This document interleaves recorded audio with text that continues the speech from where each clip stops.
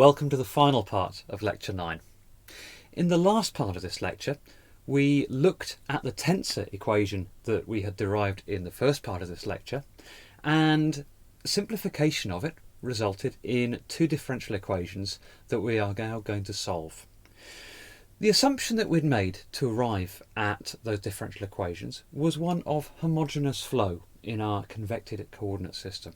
So homogeneous flow, if you recall, infers that my shear stress gamma dot xy was constant everywhere, which meant that part of my total derivative of stress, big D by big dt of tau, was equal to 0. The v dot grad t part is equal to 0 as a consequence of that constant shear rate throughout the flow. So in solving these ODEs effectively that have resulted, we're going to see two things. We're going to see that first of all, we can't describe shear thinning in steady shear. So we're going to have a look at the response of these equations in steady shear flow. We're also going to have a look at the response of these equations in stress relaxation after steady shear. And in both cases, despite the inability to describe shear thinning in steady shear, we will see a new result. We are going to, for the first time, see the presence of a normal stress. And remember, it is these normal stresses that lead to the multiplicity of amazing flow effects that you see in viscoelastic liquids.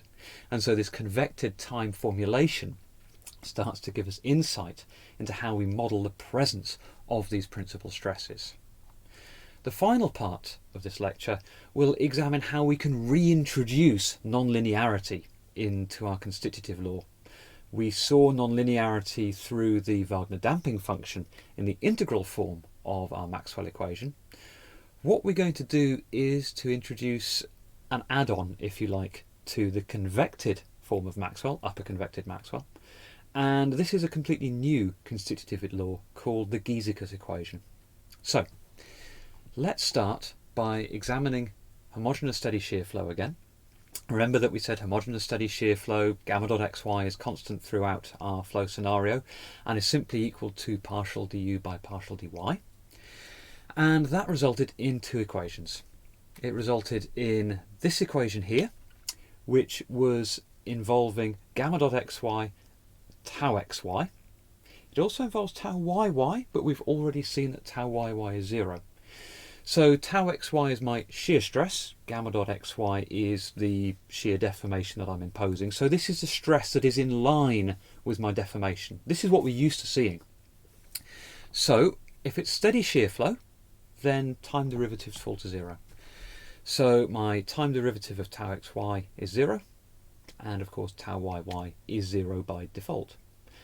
And what we can see is tau xy is minus eta gamma dot xy. So that is my Newtonian result. We're unhappy with this, but we can be happy as well because we're predicting what we think we should get, because don't forget, the mathematics have changed, the physics hasn't. And so we would expect this result to drop out of upper convected Maxwell. If it didn't, there'd be an error. So in effect, we can be happy with that result, even though it's not the result we want. Now, our other equation that was non-zero is now written on the board in blue. This has the exciting possibility of predicting the presence of a normal stress. So let's work this through. Steady flow, time derivative set to 0. We know what tau yx is now, so we substitute that result in, and we see that my principal stress on the x face in the x direction, tau xx, is now non-zero. It goes with the square of gamma dot xy. And so this is our first prediction of the presence of a normal stress. This is great. Now, a word on normal stresses. Normal stresses are such a common occurrence in viscoelastic liquids that we talk about quantities called normal stress differences. We talk about the first normal stress difference. The first normal stress difference, I've written in pink on the board, is tau xx minus tau yy. And the way we compactly write this is to say it's equal to a normal stress coefficient. So big psi here, big psi 1, is my first normal stress coefficient. And we define that to be equal to my normal stress difference, tau xx minus tau yy, divided by my shear rate squared, in this case gamma dot xy squared. And if we look at what the first normal stress difference is for upper convected Maxwell, we see it's non-zero. So there we have big psi1 is 2 eta lambda. So upper convected Maxwell has a non-zero first normal stress difference. Great. There is another normal stress difference we can define. We can define the second normal stress difference, tau yy minus tau zz, and it too has a normal stress coefficient, psi2, the second normal stress coefficient, and the definition is my psi2 is my normal stress difference divided by my shear rate squared. Okay. For upper convected Maxwell, in this deformation, we see psi2 equals 0. So what we say is that upper convected Maxwell has a non-zero first normal stress difference, but a 0 second normal stress difference. And of course, we can measure these normal stresses experimentally in rheometry. If we have a rotational rheometer, very often what these rheometers are configured to do is not only measure the torque that develops on that top plate due to a deformation imposed by the bottom plate, but also any thrust in the axis of that plate. And so by making measurements of those thrusts, we can actually infer the presence of normal forces. We're not going to talk about how we do that in any detail, but it is discussed in most standard rheology texts. What we see for real materials is usually the presence of a first and a second normal stress. And so the fact that upper convected Maxwell has a 0 second normal stress difference is not ideal and is a shortcoming of what is in effect quite a simple model. Let's look now at stress relaxation after steady shear, and the graph on the board is my shear rate profile, so we can say we've had a steady shear rate. At time t equals t0 we've stopped the deformation, and where the pink arrow is we want to know what the state of stress is. Now from simple differential Maxwell, or integral Maxwell in one of its two integral forms, we know what we're expecting in the deformation direction, tau xy. We expect an exponential decay of stress. So we should get the same result here. So here is the first equation that was derived. This is for the deformation direction. So we've got gamma dot xy and tau xy. And what we're saying now is my deformation has fallen to 0. So gamma dot xy goes to 0. And I'm left with just a simple integration to do, which looks like so. And in solving that integral, I get the following result. Now, minus eta gamma dot 0 here is my steady state shear stress. We saw that a minute ago. And we can see my steady state shear stress decays away according to that exponential involving the relaxation time. This we've seen before. This is the result that we expect. Now, let's have a look at that second equation, that for the normal stress in the xx direction. So this is the equation that we've derived now in blue on the board.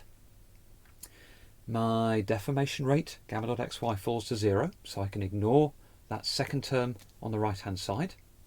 And again, I have a simple differential equation to solve, which gives us a stress result of this form. Now, 2 eta gamma dot 0 squared was a steady state xx stress in steady shear flow. We saw that again a few minutes ago.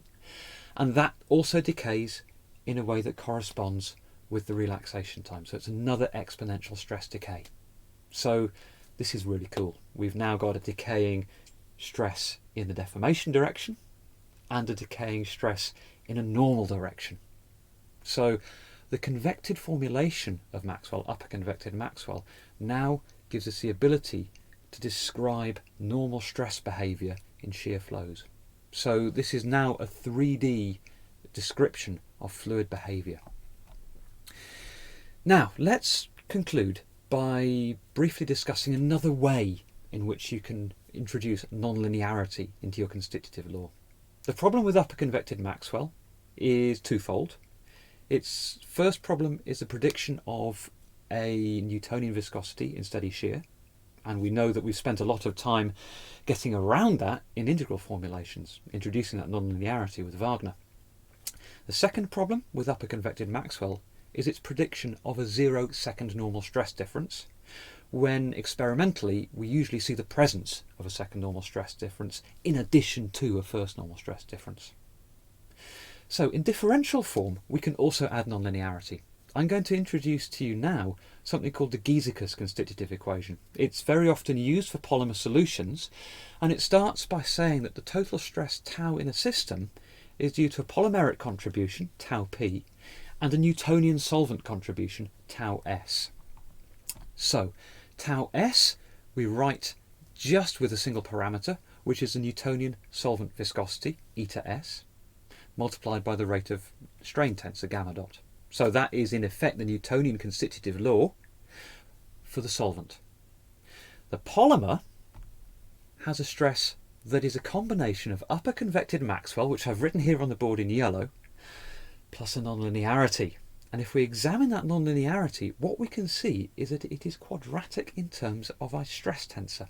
So we have alpha, which is something that we call a mobility parameter, ranges between 0 and 1, but in use it's restricted between 0 and 0.5.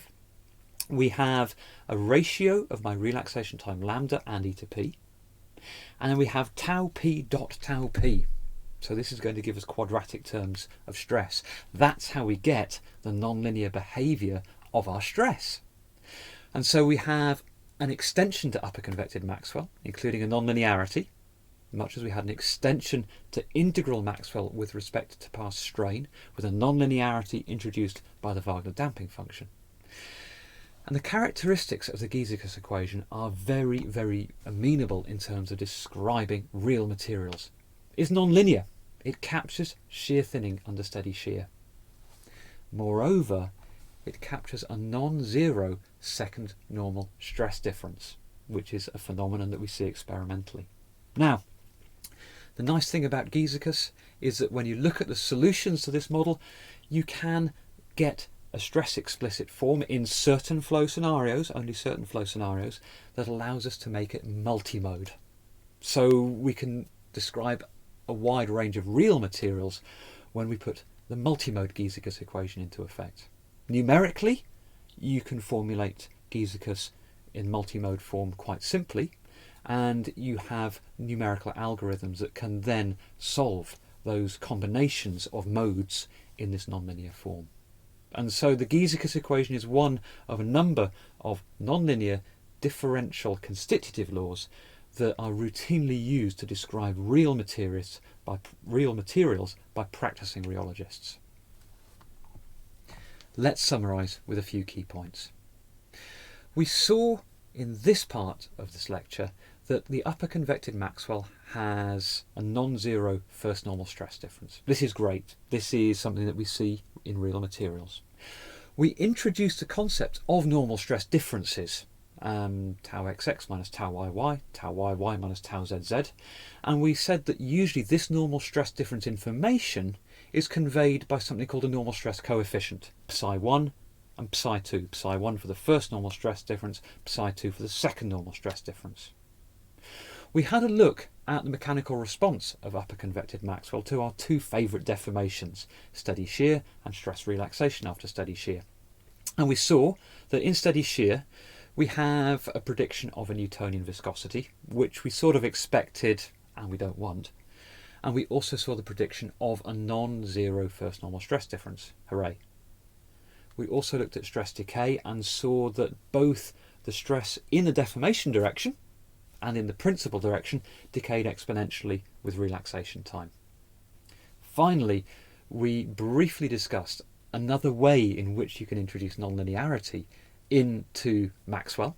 It's by turning it into the Giesecke's model. The Giesecke's model is a Newtonian solvent plus a polymer and looks at the stress contributions from both of those. And the polymer stress is effectively written as upper convected Maxwell plus a nonlinear term that involves quadratic stress. And so there you have it.